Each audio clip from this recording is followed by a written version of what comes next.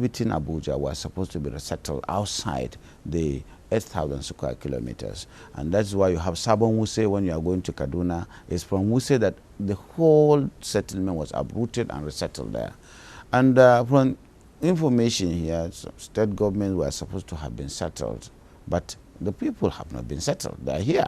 And of course, when the framework was changed into accommodation, in a form that the resettlement and compensation will be through enumeration, and because the area is very large, they could be taken to some portion of the satellite towns where our master plan did not envisage the building of a district, so that these two can be accommodated within the Abuja master plan, and they have been done that. But the challenges we are building resettlement and compensation districts in Galushere, in Wasa, but we have not had enough resources to finish them. That is why you see them along the airport. Even the Garki village resettlement, but we have just finished it, and they are going to move very soon. But there are small issues that have to do with the human factor, with corruption here and there, exactly, where even the original people are complaining that those that are supposed to be enumerated and compensated are being shortchanged by those intruders who come and take the center stage. But we have resolved all these issues. How did you resolve it? We resolved it because we have been able to fashion out a program where we interface with the original people and make sure we directly deal with them, and then take their own their requirements and put them at fore, rather than just relying on what we were doing before. Again, seeing what happened before, all the districts that are developed, except for Metama and Wuse, they have not been settled. If you go to Jabi, you see them. You go to Utako, you see the original people being encircled with their land taken. You go to Gusape, you go to Asokoro. So these places, they are earmarked for resettlement in Galushere. We have not finished them.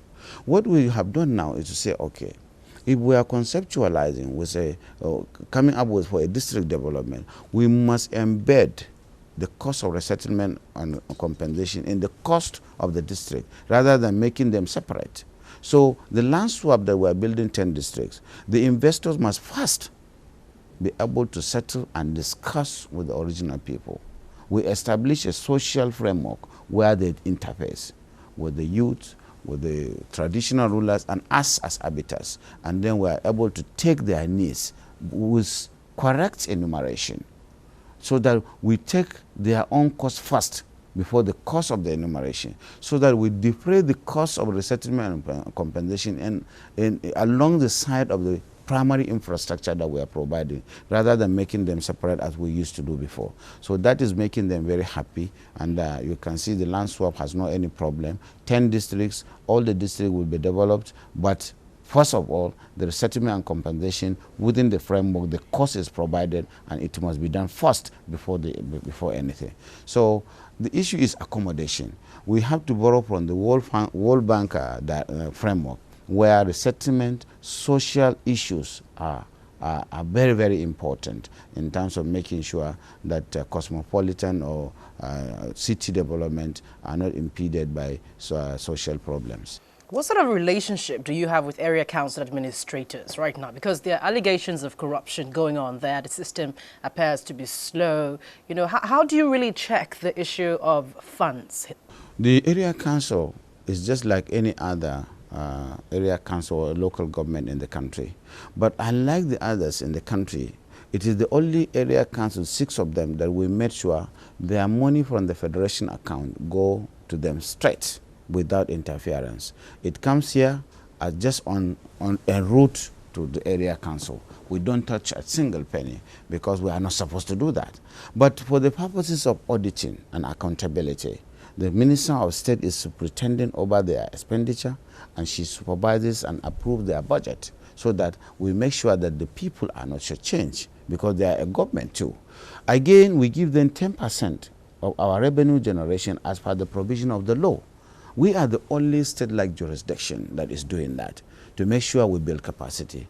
One, it is a win-win situation for me as a minister since I came, because you can see this place is not invaded by people looking for greener pasture for small contracts. They all go to the area council because it works. They pick small patronages, they pick small contracts and they get paid because we make sure we give them their monies. In other states, they only pay salaries of workers. Everything is done through a joint account. But here we allow our local governments to do.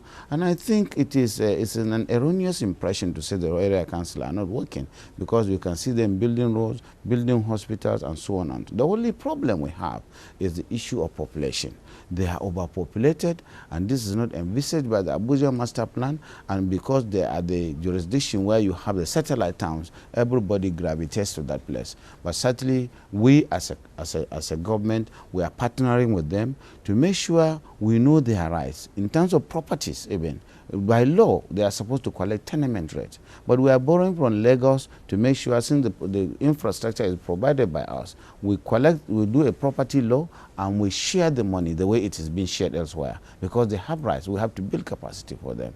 Outdoor advertising is also an area where it is under the purview of the area council. But because we are creating the portal, we are bringing the investors, we are doing it now and share it. There are so many revenue streams that we are creating so that Abuja will not grow as it used to be before, the city growing and living the satellite town. I'm creating a partnership where the metropolitan city area will grow concurrently with the periphery, and that is the area council. All right, hold on to that thought.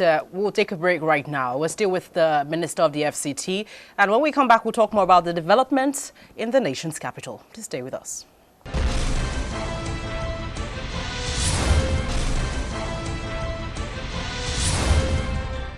Welcome back. We're still with the Minister of the FCT, Senator Bala Mohammed. Thank you for joining us once again. So we left off with developments in the area councils, but let's now talk about the healthcare system. There's been a wide range of problems concerning healthcare, say not enough hospitals, not enough healthcare centers, and we have some communities suffering. How are you managing the situation? We have a lot of challenges in the health sector because of the people trooping in the city. And because we are the only state with the contiguous states, they come for good services. Within the committee of states, we are the best in terms of healthcare facilities.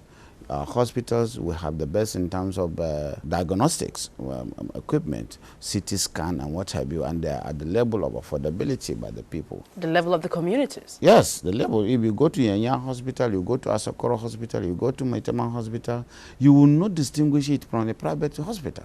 We have the consultants, we have the diagnostic equipment. You can go and verify and talk to them. At least we visited there with some of you when we had the challenges of bombing. Even some of the people who visited were surprised that we had. But then we are overwhelmed by the population. And if you look at the area council, they are not doing something concurrently with what we are doing. But certainly they are doing their best in terms of provision of primary health care.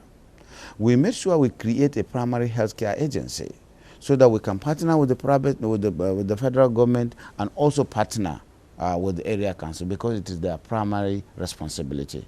But we cannot leave it to them. We are leveraging on Shopee and so forth to make sure we create primary health center. But because it is 8,000 square kilometers of an area called Abuja, it is not realistic or true to say that everywhere is a bed of roses. We have challenges. Some communities are having problems. We are the only jurisdiction in Africa that has been given a United Nations award for our Melapia program, because we conceptualize this as a mobile primary health care facility where we move with doctors and diagnostic equipment and drugs to reach people at their own abodes, in their own residences. And we have over 5,000 of this. So the United Nations send their team and they access what we have done. I just collected an award in Bahrain, and it is something that brought Nigeria to the map.